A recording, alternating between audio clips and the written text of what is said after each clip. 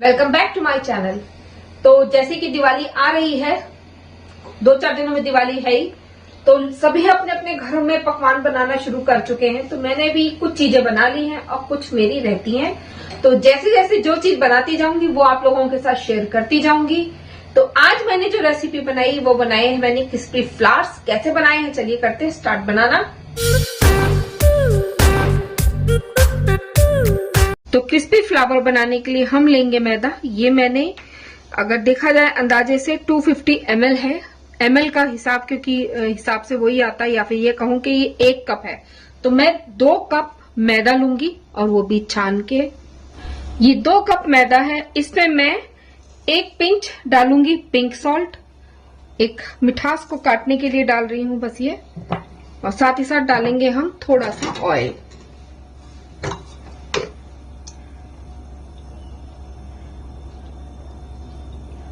ये तकरीबन आधी करछी के बराबर ऑयल होगा। अब हम इसे अच्छे से मिक्स करेंगे। मोयन आपने जो इसमें लगाया है, जो ऑयल डाला है, ये परफेक्ट है या नहीं ये जानने के लिए क्या करना है आपको, जैसे आपने लगा लिया मिक्स किया, आप ऐसे हल्की सी गांठ करके देखिए, ऐसे मुट्ठी बना के देखिए। अगर इस तरह से बंध रहा है तो इसका मतलब यह है कि मोयन आपका परफेक्ट है।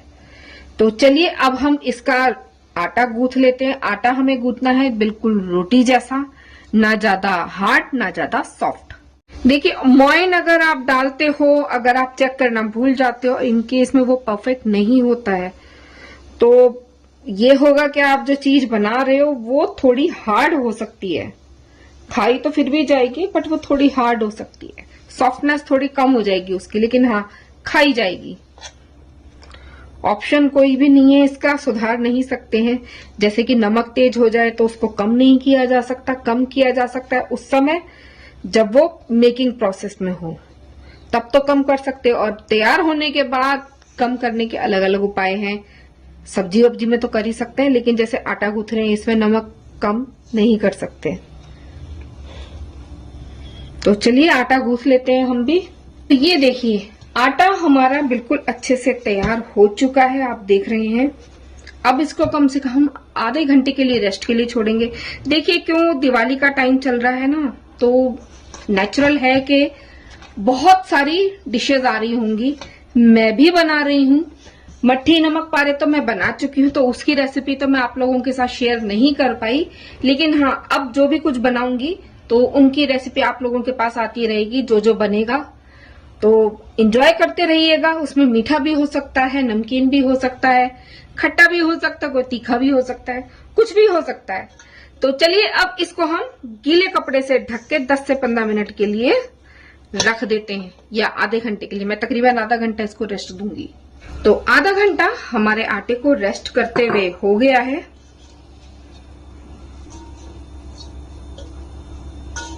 ये देखिए जैसा होना चाहिए सॉफ्ट डो वैसा ही है। मसल मसल के चिकना हमने कर लिया। अब क्या करते हैं, हम इसे 4 भाग में डिवाइड कर लेते हैं। हो गया।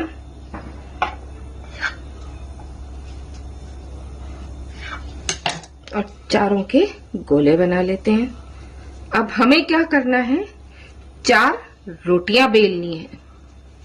जितनी मोटी आपको चाहिए और जितनी परत आपको चाहिए उतनी ही पतली बेलनी है।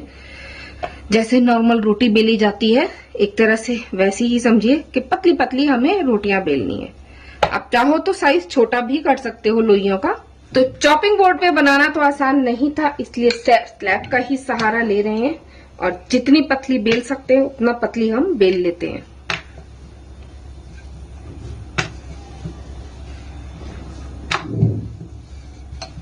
तो इस तरह से देखिए 4 रोटियां मैंने बेल के तैयार कर ली हैं। आपको देख के पता लग रहा होगा कि कितनी मोटी है और कितनी पतली है। ये इस तरह से मैंने बेल के तैयार कर ली है। अब रोटियों को करते हैं साइड में। एक स्लरी बनानी है हमें इसके लिए, तो वो भी बना लेते हैं। अब एक बाउल के अंदर हम लेते हैं 2 से 3 चम्मच कॉर्नफ्लावर, और लेते हैं बहुत थोड़ा सा बेकिंग सोडा। बेकिंग पाउडर नहीं ले रहे हैं, बेकिंग सोडा ले रहे हैं हम। अब डालेंगे इसके अंदर हम ऑयल। अब इसे हम अच्छे से मिक्स कर लेंगे। देखिए शेप पे तो बिल्कुल मत जाइएगा, शेप तो इसकी अभी बदल जाएगी। अब जो ये स्लरी तैयार की थी ना हमने, ये हम इसके ऊपर हाथों से ही लगाएंगे, अच्छे से छूटना कहीं से नहीं चाहिए, अच्छे से हम लगा देंगे। अब बारी है हमारी दूसरी रोटी की। दूसरी रोटी को इसके ऊपर हम प्लेस करेंगे। फिर वही बात बोलूंगी, शेप पे मत जाइएगा, शेप तो अभी इसकी बदल जाएगी। आप सेम प्रोसेस फॉलो करेंगे। ये इस तरह से हम वापस इस पे लगाएंगे। इसी तरह चारों को हम एक के ऊपर एक करके इसी तरह एक के ऊपर एक रखते जाएंगे। अब देखिए मैंने चारों रोटियां एक के ऊपर एक लगा दी है। अब वापस से जो बची हुई स्लरी है ना हमारी, वो हम इसके ऊपर अच्छे से वापस लगाएंगे। प्रोसेस को अच्छे से फॉलो कीजिएगा, तभी आप एक मजेदार फ्लावर बना पाएंगे, बहुत खूबसूरत सा फ्लावर बना पाएंगे। अब ऊपर भी हमने अच्छे से लगा ली। अब हमें क्या करना है, हमें इसे इस तरह से फोल्ड करना है। फोल्ड करने के बाद भी स्लरी ऐसे ही लगानी है इसके ऊपर। सेम ऐसे इसको यहां से भी करना है और सेम बची हुई स्लरी हम यहां भी लगा देंगे।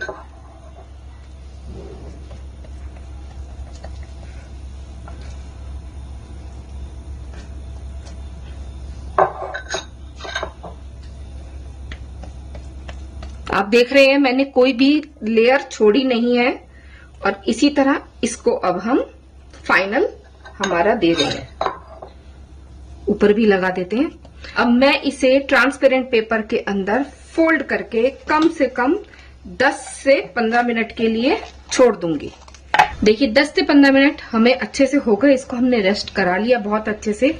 अब इसकी रैपिंग हम खोलते हैं।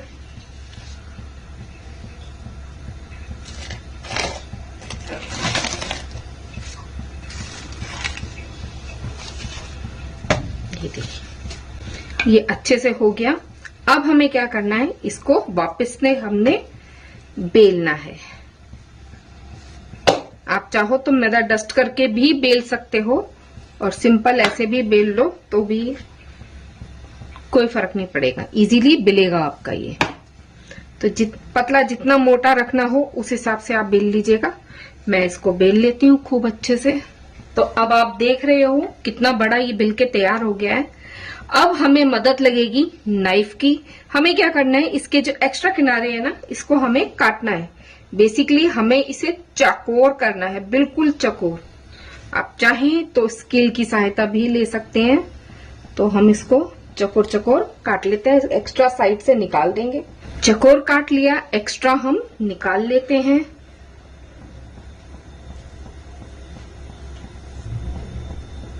साइड में रखते हैं इसे, ये वापस यूज हो सकता है आपका।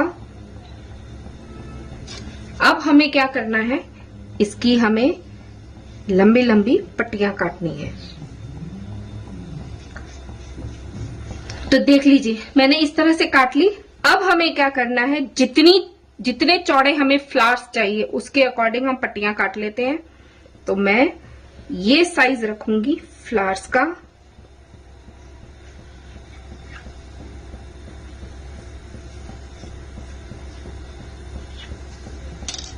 अब फ्लावर्स बनाने के लिए हमें नीड लगेगी इस रील की।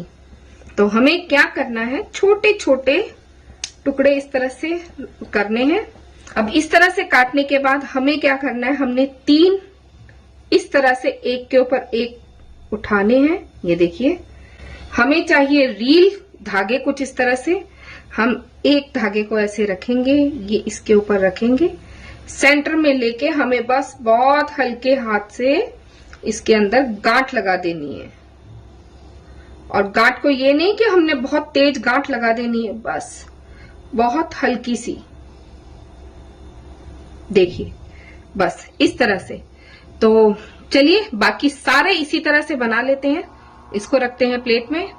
तो देखिए तेल भी मैंने गर्म होने रख दिया था। ये मैंने इस तरह से देखिए बना के तैयार कर लिए हैं। धागे बाद में खुल जाएंगे। तो हमें करना क्या है, इस तरह से बेसिकली इनकी पट्टियां अलग करनी है तीनों को। ये देखिए इस तरह से अलग करूंगी और धीरे से मैं तेल के अंदर छोड़ दूंगी। हाथ बचा के काम कीजिएगा।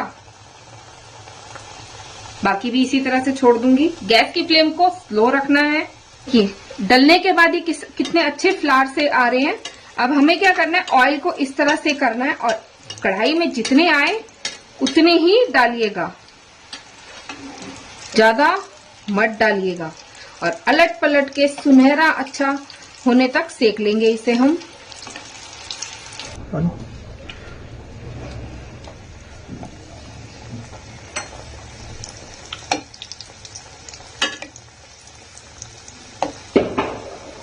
आप देखिएगा कैसे आपका फ्लावर तैयार होगा।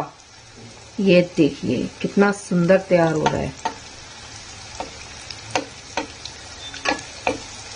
इसी तरह से ऑयल आपको डालते जाना है और इसकी पत्तियां खिलती जाएंगी, आप देखते जाइए।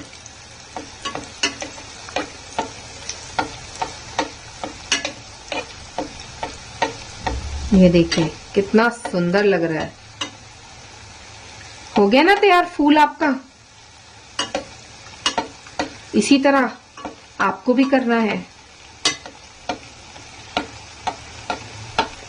गरम गरम तेल जब ऊपर जाएगा तो ये अंदर से भी सिकती जाएंगी। अब इस स्टेज पे इसको आप पलट दीजिए। ये देखिए, चलिए अब आगे के प्रोसेस की तरफ बढ़ते हैं। इसको अच्छे से फ्राई होने देते हैं। अब तैयार करेंगे हम एक शुगर सिरप। ये मैंने चीनी ली है, ये 1 कप चीनी ली है। इतना ही पानी लूंगी मैं, 1 कप पानी ले लिया है।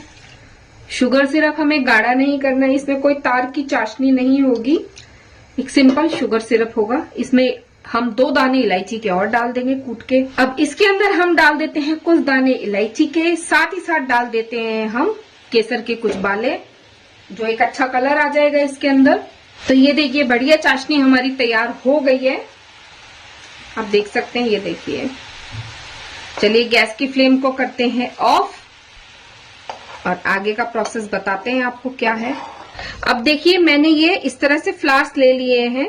मैंने क्या किया, पिज्जा बनाते हैं उसके ऊपर मैंने ये रखी है और धीरे धीरे चाशनी अब हम इसके ऊपर डालेंगे। अगर हमने चाशनी के अंदर इसको डिप कर दिया तो यकीन मानिए आप ढूंढते रह जाओगे, मिलेगा नहीं, इतना क्रिस्पी ये होता है। तो इस तरह से धीरे धीरे चाशनी आपको इसके ऊपर डालनी है। जाली के ऊपर रख के मैं इसलिए कर रही हूं कि चाशनी मेरी वेस्ट ना हो, बाकी सब में भी अच्छे से आ जाए। नीचे मैंने प्लेट लगाई है गहरी। तो चलिए जल्दी से मैं चाशनी का काम कर लेती हूँ, फिर आपसे मिलती हूँ प्लेटिंग के वक्त पे। अब गार्निश करेंगे इसे हम पिस्ते से। आप चाहें तो काले तिल भी रख सकते हैं, आप चाहें तो इलायची के दाने भी रख सकते हैं, कुछ भी रख सकते हैं। मैं इसको पिस्ते से गार्निश कर रही हूँ।